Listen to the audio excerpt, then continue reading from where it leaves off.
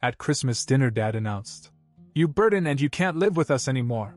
Next day, when I packed my things and told them that I was stopping paying the bills, Dad. Christmas dinner was almost over when my father put down his fork, looked me straight in the eye and said, "You are a burden and you can no longer live with us." At first I thought I had misheard him. My mom let out this weird nervous laugh, like she wasn't sure he meant it. But then he just sat there, staring at me, waiting for a reaction. The room fell silent. My younger sister, Lily, froze with her fork halfway to her mouth. She looked at me wide-eyed, as if she couldn't believe what she had just heard. I swallowed the piece of ham I was chewing and put my fork down. "What?" "You heard me," he said. "You've overstayed your welcome. You need to move out." I just sat there, trying to process. I was 23. I had a steady job and could have moved out a long time ago, but I stayed because they needed me. I paid the electric bill, the internet, groceries, most weeks, things they couldn't afford because my dad had been unemployed for years and my mom only worked part-time. I wasn't a burden. I was the reason the lights were still on in that house. And now, out of nowhere, I was being kicked out like some useless freeloader? Mom finally spoke up. "Maybe we should talk about this later." "No," Dad interrupted. "This is my house. I make the rules. And I say he's done here." Lily put down her fork. She was only 16, and I could tell she was scared. She stared at our parents like she didn't even recognize them. If they could throw me out so easily, what did that mean for her? I took a deep breath. I wasn't going to argue or beg. If they wanted me out, fine. But they weren't ready for what that really meant. I leaned back in my chair. "All right," I said. My dad sat up straighter, like he'd won some imaginary battle. My mom still looked uncomfortable, but she didn't say anything. Maybe she was in shock, or maybe she just didn't care as much as I thought she would. I stood up, grabbed my plate, and carried it to the sink. I didn't want to give them the reaction they wanted. Instead, I looked at Lily, who was still sitting there, tense and confused. I gave her a small nod. She was the only one at this table I still cared about. Dad took a sip of his drink as if nothing had happened. Mom went back to picking at her mashed potatoes. Lily kept looking at me as if she wanted to say something, but she didn't. I didn't stay to finish dinner. I just walked out. I didn't say another word that night. I went straight to my room, closed the door, and started packing. I wasn't going to waste my time trying to understand why they were doing this. If they wanted me gone, then I was gone. But that also meant they would lose everything I had paid for. And I wasn't going to warn them. I packed in silence, but I could hear them talking downstairs. My mom's voice was low and scared, my dad's was firm, like he was trying to convince her of something. I caught bits and pieces. "He's old enough. We can handle it. He should have moved out years ago." An hour later, Lily knocked on my door. I opened it, and she slipped in, closing it behind her. She looked upset, her eyes red as if she'd been crying. "What the hell was that?" she whispered. "I don't know," I said, stuffing my laptop into my bag. "But I'm leaving tomorrow." She shook her head. "That's crazy. You pay for everything. They can't even afford food without you. Not my problem anymore." She bit her lip, obviously trying to hold back more tears. "Where are you going?" "I'll figure it out." The truth was, I had some money saved up, but I hadn't planned on moving out so suddenly. I'd have to find a place fast, maybe stay with a friend for a while. But I wasn't worried. I'd be fine. They wouldn't. Lily hesitated. "Can I dash?" She stopped herself. I knew what she was going to ask. She wanted to come with me. But she was still in high school, and as much as I hated leaving her behind, I couldn't take her with me. "You know they'd never let that happen," I said. She looked at the ground. "Yeah." I finished packing, and she just stood there, like she didn't want to go. Finally she sighed. "You're going to regret this." I grinned.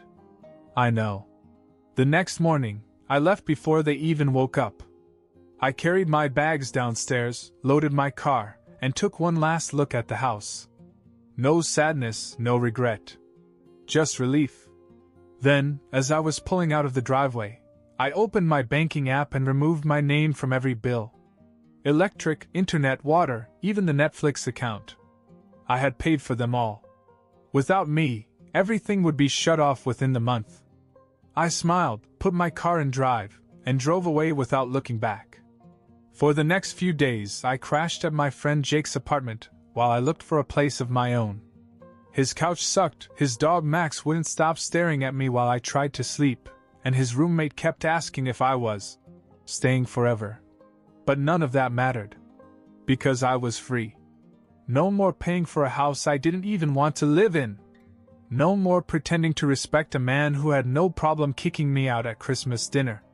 No more being treated like a walking ATM. I was finally doing something for myself. Then, 3 days after I left, my phone started ringing. At first I ignored it. 7 missed calls from my mom, 2 from my dad, which was shocking because he never called me, and a couple of texts from Lily.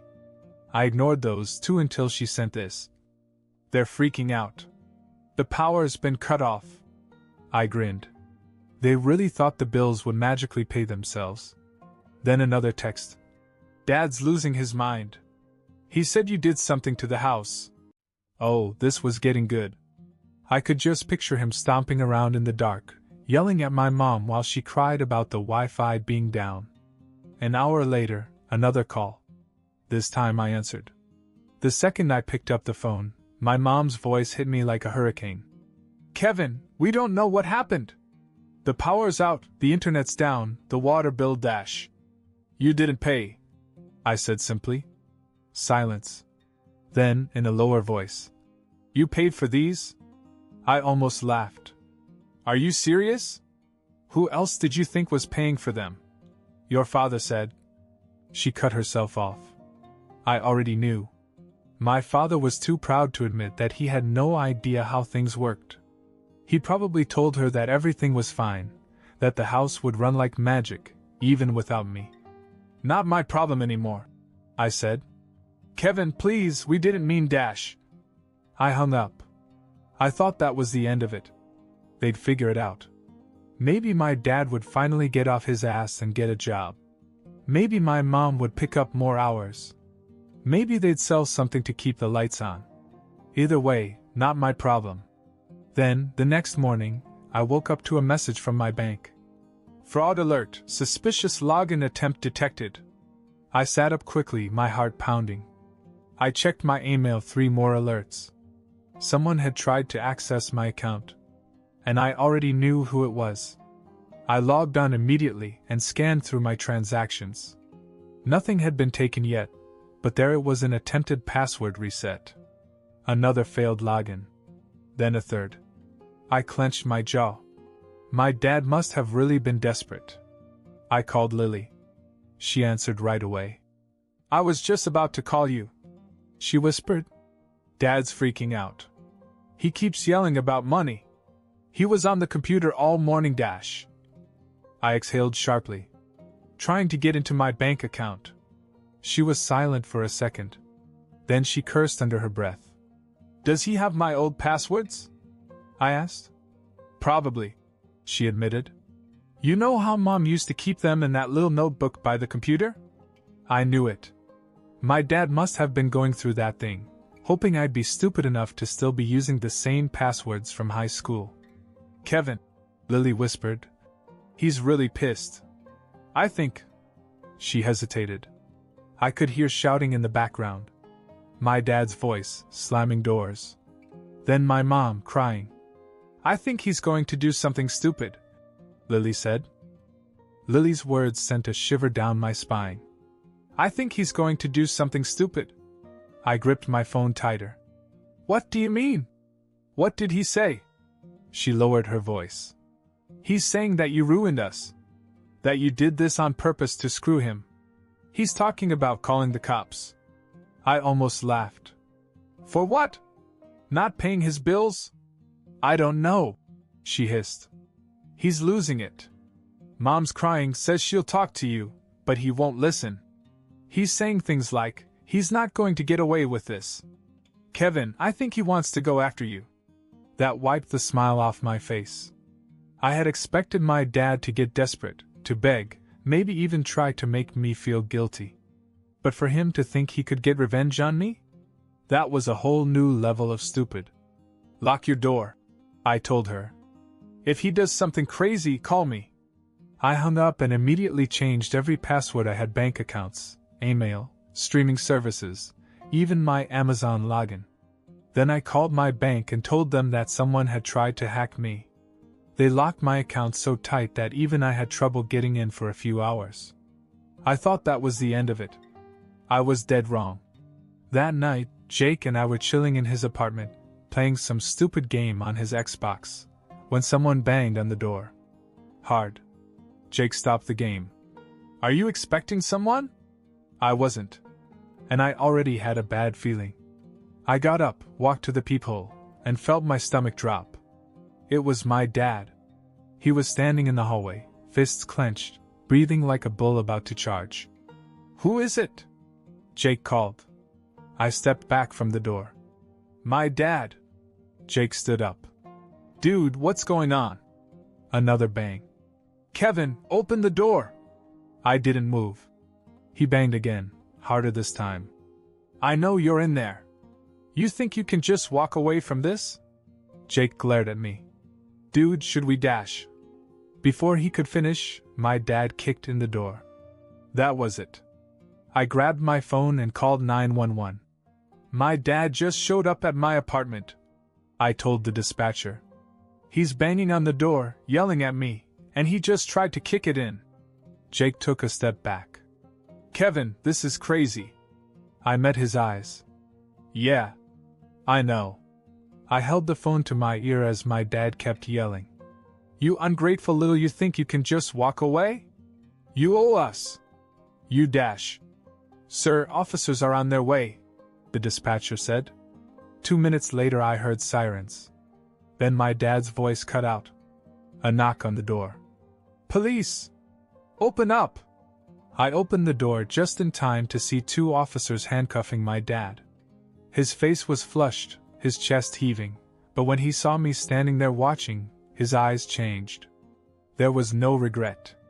No embarrassment. Just pure hatred. You did this, he growled as they led him away. I just stood there, watching, unmoved. Because the truth was, he did it to himself. They took my dad away that night, but I knew it wasn't over. Lily called me an hour later. Mom's losing it, she said. She's crying and saying it's all your fault.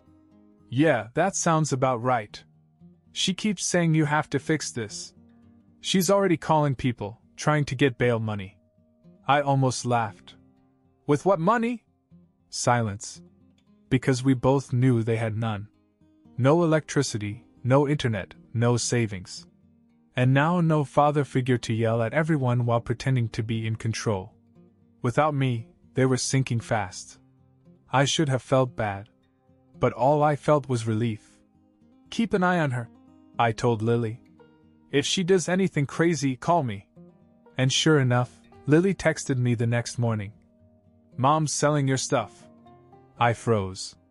Then I called her. She picked up right away, voice sharp. I told you to fix this. Are you selling my stuff? A pause. Then, bluntly. We need money, Kevin. I clenched my jaw. So you're stealing from me. You don't live here anymore. She snapped. You left all this behind. It's in our house. That makes it ours. She had no remorse. No guilt. Just entitlement. I'm calling the cops, I said. Don't you dare. I hung up. Then I called the police. 2 hours later I got a call back. We talked to your mother, the officer said. She wasn't happy, but she's agreed to hold your things until you can pick them up. I texted Lily. I'm coming over. But I should have known they weren't ready. Because when I pulled up to the house, something made my stomach drop. My car. Sitting in the driveway. It shouldn't have been there. Because I had left it at Jake's apartment. I turned off the engine, my heart pounding. My car wasn't just here, it was being driven. The front seat was folded back like someone had been sitting in it, my glove compartment was open, and worst of all, the gas tank was almost empty. I clenched my fists. They had stolen my car. Before I could get out, the front door swung open. My mother stepped out with her arms crossed. "You called the cops on me," she said. "You stole my car." I shot back. She scoffed. "It was just sitting there. You weren't using it." I stared at her, trying to process the insanity of this logic. "It's my car. How did you even get it?" She didn't answer, but I already knew. They had a spare key. "Mom," I said, my voice dangerously calm, "if you don't give me my key, I'm calling the cops." Again. Her expression flickered, just for a second. Then, without a word, she stormed inside. A minute later she came back and threw the key at me. It hit my chest and landed in the grass. "There," she spat. "Happy?" I picked it up, keeping my anger in check. "I'm taking my things. And then I'm leaving. For good." I walked past her, straight into the house. Lily was waiting in the hall, looking tense. "She took your laptop and pawned it," she whispered. I closed my eyes. Breathe in. Breathe out. I turned to my mother. "Where's my laptop?" She lifted her chin. "I told you. We needed money. That was it." I pulled out my phone, dialed 911 for the second time that week, and let her watch. "Yes, I want to report a stolen vehicle and stolen property," I said, staring her dead in the eye. "My mom just admitted that she pawned my laptop without permission." The color drained from her face. This time, she was the one who had to deal with the cops. The moment my mother realized I wasn't bluffing, she panicked. "You can't do this," she hissed, her voice low. "I'm your mother." I ignored her.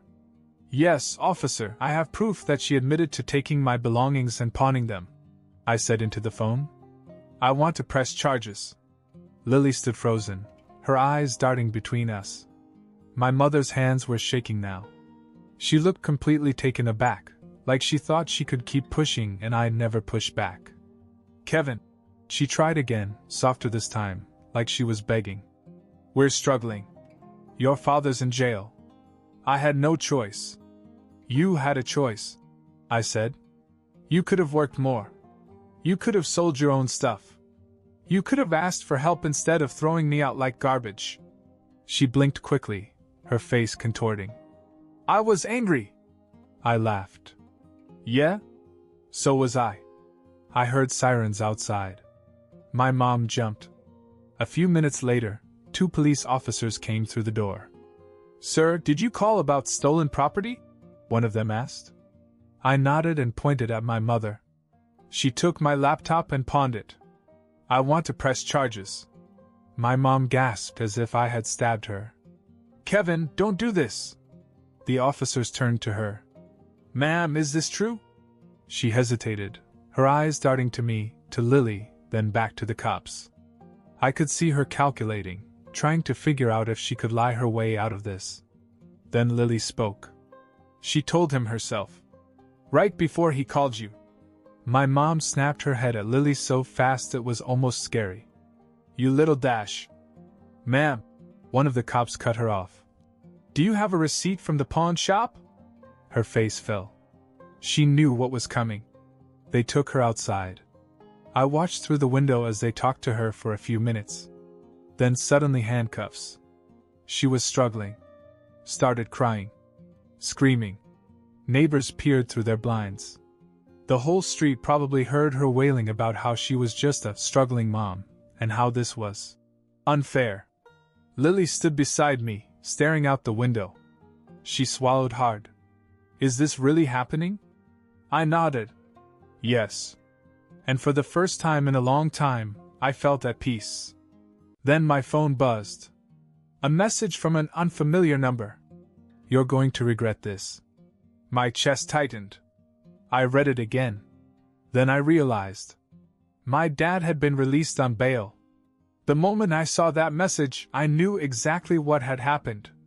Someone had bailed my dad out. And I had a pretty good idea who, probably one of his old drinking buddies. Or maybe even a distant family member who hadn't gotten the full story. Either way, he was out. And he was pissed. I showed Lily the text. Her face went pale. "Kevin, you need to leave." "No," I said. "They do." I turned to the cops who were still outside dealing with my mom. "Can I go in and get the rest of my stuff?" One of them nodded. "As long as it's okay with your sister." Lily was already moving. "Let's make this quick." We went upstairs and packed everything that was mine: clothes, old video games, even the stupid stuff I'd left behind thinking I'd come back for it one day. I wasn't coming back. Ever. As I carried the last box to my car, my mother was still crying in the driveway, begging the officers to let her go. "This is a misunderstanding. He's my son. He wouldn't do this to me." I just walked past her unbothered. She screamed my name as if that would magically change anything. I got into my car. Lily stood by my window, shifting from foot to foot. "I don't want to stay here." I sighed. "I know you don't. But you only have 2 years until you're 18. She nodded, eyes glassy. "I'll be fine. I'll just be quiet and keep my head down. Call me if anything happens." She nodded again. Then headlights appeared down the street. A car turned onto our street. My stomach dropped. My dad. He pulled up just as I started the engine. He barely had time to get out before I put it in reverse and backed into the street. He stared at me, eyes full of rage, like he was about to walk over and try something. I rolled down my window just enough to carry my voice. "You tried to come near me again. I'm filing a restraining order." His hands clenched into fists. "You think you're better than us?" I smiled. "I know I am." Then I drove away. That was the last time I saw them. I blocked my parents' numbers. Changed my banking information. Moved to a new place. And I never looked back. Lily held out for 2 years, just like she said she would. The minute she turned 18, she was gone. She moved in with a friend and went off to college. We still talk all the time. And my parents? My dad never held a job. My mom lost the house a year later. They bounced around for a while, burning bridges with family, and the last I heard, they were renting a rundown apartment in a bad part of town. They tried to reach out to me: Facebook messages, unfamiliar numbers, even letters. I never responded. Because they made their choice that Christmas dinner. And I made mine.